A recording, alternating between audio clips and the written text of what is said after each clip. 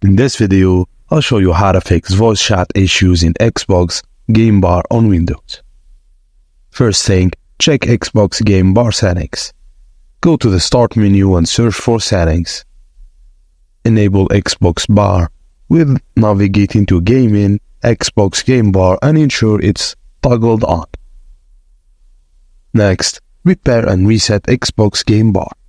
In Settings, go to Apps, Installed Apps. Scroll to System Components and locate the Xbox Game Bar and click on Advanced Options, click Repair, then Reset. Now, check microphone permissions. In Settings, go to Privacy and Security, Microphone.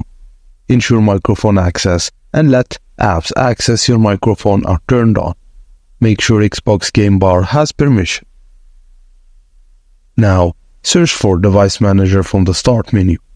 Expand audio inputs and outputs, right-click on your microphone and select Update Driver. And lastly, search for Control Panel and go to Sound, Recording. Ensure your microphone is set as the default recording device. And that's it, guys. Thank you for watching, and please don't forget to like and subscribe for more.